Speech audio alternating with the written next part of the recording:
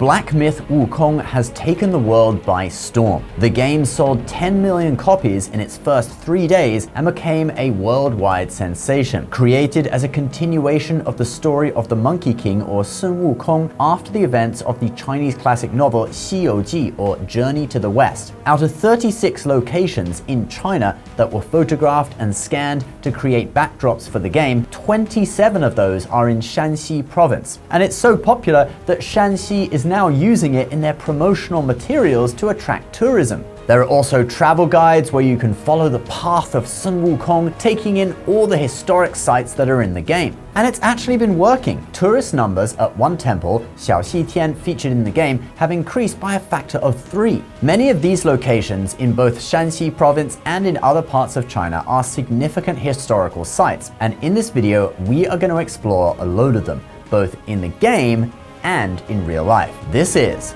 the real locations of Black Myth Wukong in China.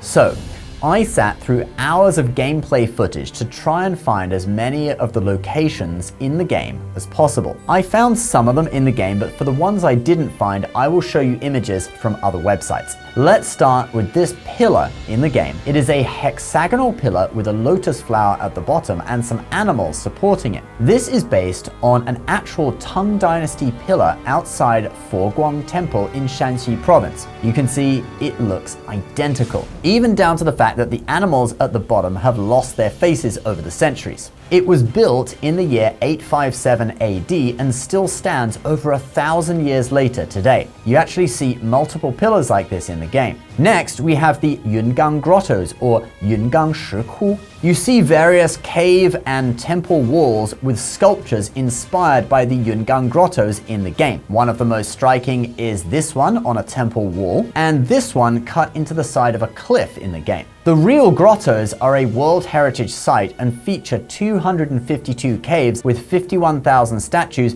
and were created between the 5th and 6th centuries. They represent an outstanding example of early Chinese Buddhist cave art. Next, we have Yungang Temple or Yungang Miao in Jincheng in Shanxi province. This is the one where this statue in the game comes from. And here is the real statue. It is a Taoist deity called Kang Jinlong. There are a total of 28 statues in the game, with many others looking similar to statues you see in the game too, like this one, a deity called Shi Huo Zhu. Now let's get into a few quickfire ones, including some that I didn't personally find in the game, but are apparently in there. We have Purple Cloud Temple or Zixiaogong in the Wudang Mountains. On the left is what it looks like in the game, and on the right is in real life. And here's a little bit of a clearer photo so you can see what the temple looks like. It is part of the massive temple complex in the Wudang Mountains, which is a World Heritage Site that was built mostly in the Ming Dynasty and is one of the 4 sacred mountains of Taoism in China. It is where the immortal Zhang Sanfeng lived and created the Chinese martial art of Tai Chi,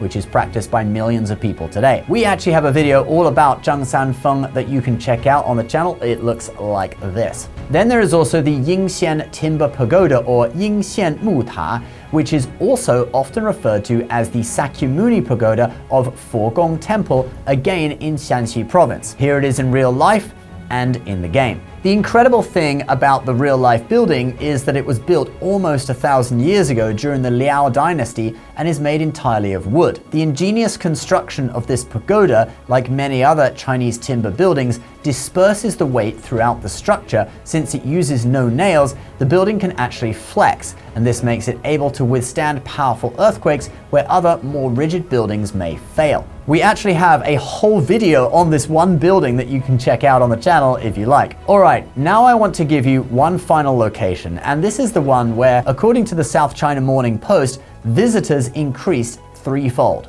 And that would be Xiaoxitian, also known as Qianfo'an, the Temple of 1,000 Buddhas. It's in Xi County of Shanxi province. And this temple has a hall where there are literally over 1,000 Buddha statues suspended from the walls and ceiling. In the game, we see these thousands of statues brought to life. The real-life temple is built on top of Phoenix Mountain in Xi County and dates back to the Ming Dynasty, 1368 to 1644. The statues were crafted at the beginning of the Qing Dynasty that followed the Ming, and they provide an incredible incredible atmosphere for some of the scenes in the game.